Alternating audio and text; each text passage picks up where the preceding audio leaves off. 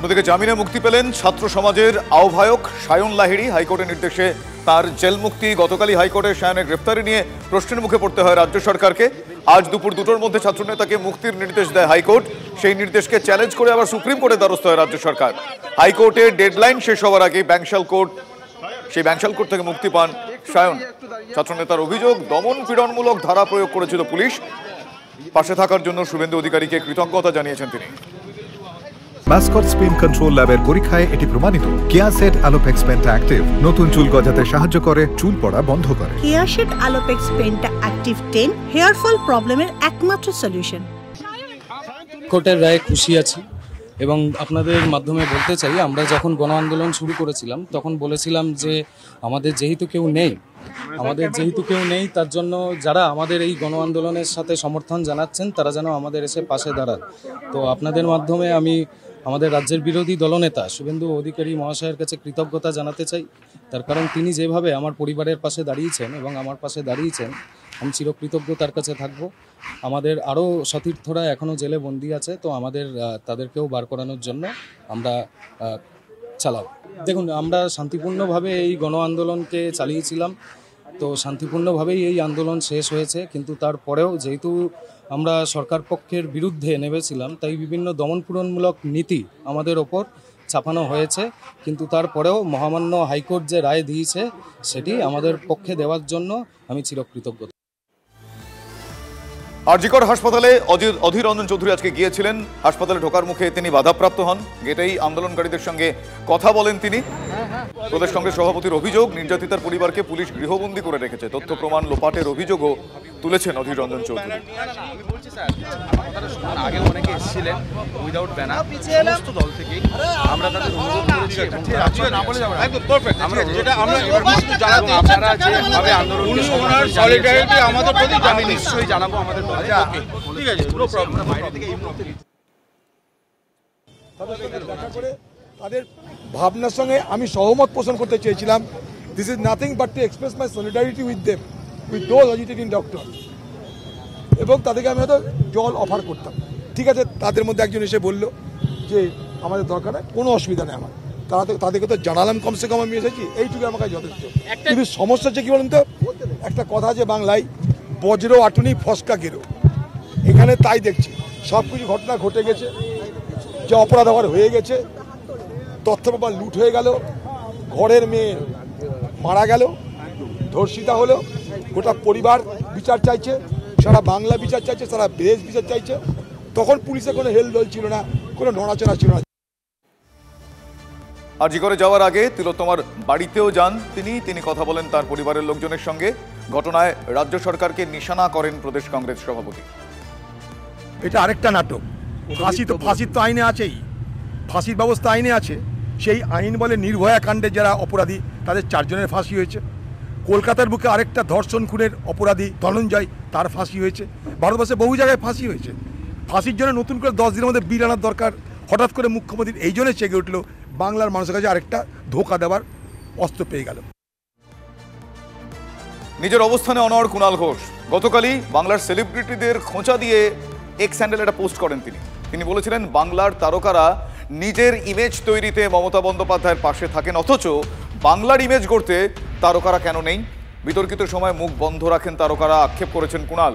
আজ আবারও তিনি পোস্ট করেছেন, আবারও কটাক্ষ করেছেন তিনি তারকাদের। তিনি জানিয়ে দিয়েছেন তিনি তার অবস্থানে অনড়।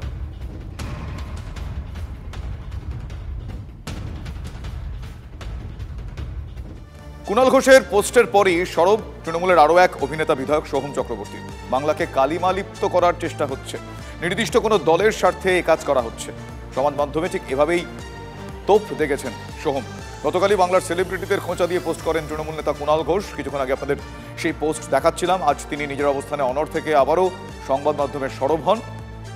তারপর সোহমের এই পোস্ট, এই দীর্ঘ পোস্ট, এই সময় দাঁড়িয়ে তাৎপর্যপূর্ণ তো বটেই।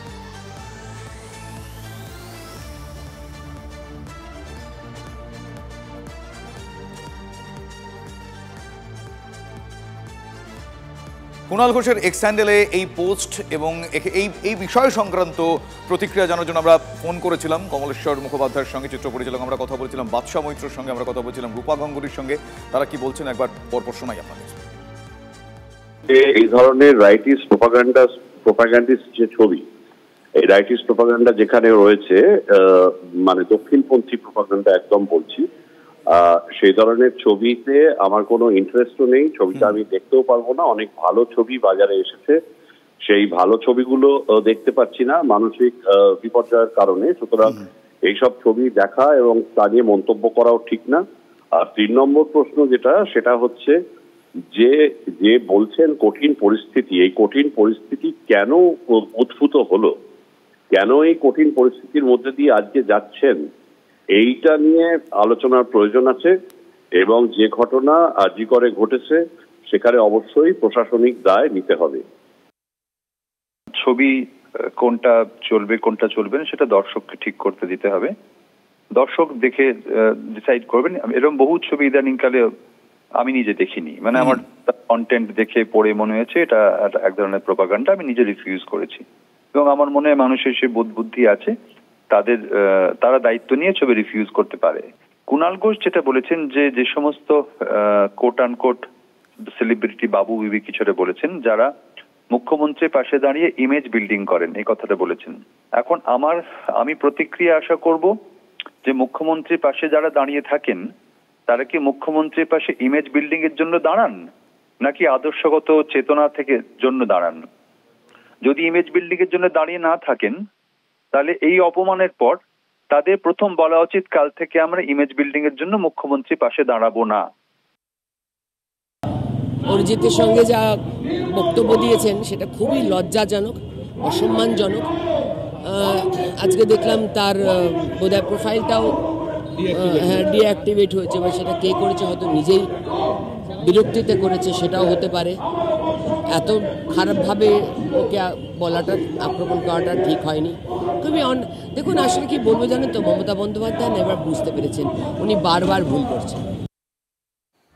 তিলোত্তমা কাণ্ডে প্রতিবাদ শ্রেয়া ঘোষালেরও। শো স্থগিত করলেন সঙ্গীত শিল্পী। 14 সেপ্টেম্বর নেতাজি ইন্ডোর স্টেডিয়ামে তার শো ছিল, কনসার্ট ছিল।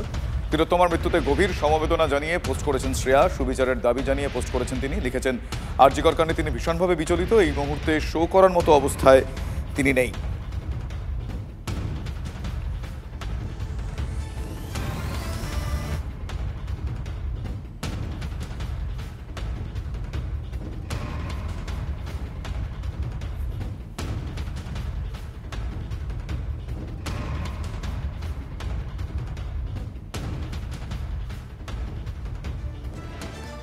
শ্রেয়া ঘোষালের এই পোস্টের পর আমরা অনেকের সঙ্গে কথা বলেছিলাম।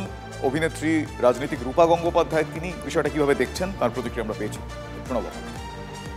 করেছেন, ঠিকই করেছেন, এবং তিনি তার মতন করে করেছেন এবং স্বাগত জানায় তার প্রতিবাদের ভাষা। তিনি শিল্পী, গায়িকা, বিখ্যাত একজন মানুষ, সারা ভারত বিশ্বতে তার নাম। সেই মানুষটি যখন একটা পদক্ষেপ নেয় এই অন্যায় বিরোধিতা করে, মানে বিরোধিতা করবার জন্য একটা নিজের সৎ পদক্ষেপ নয়, তাকে আমি স্বাগত জানাই এবং শ্রদ্ধা জানাই।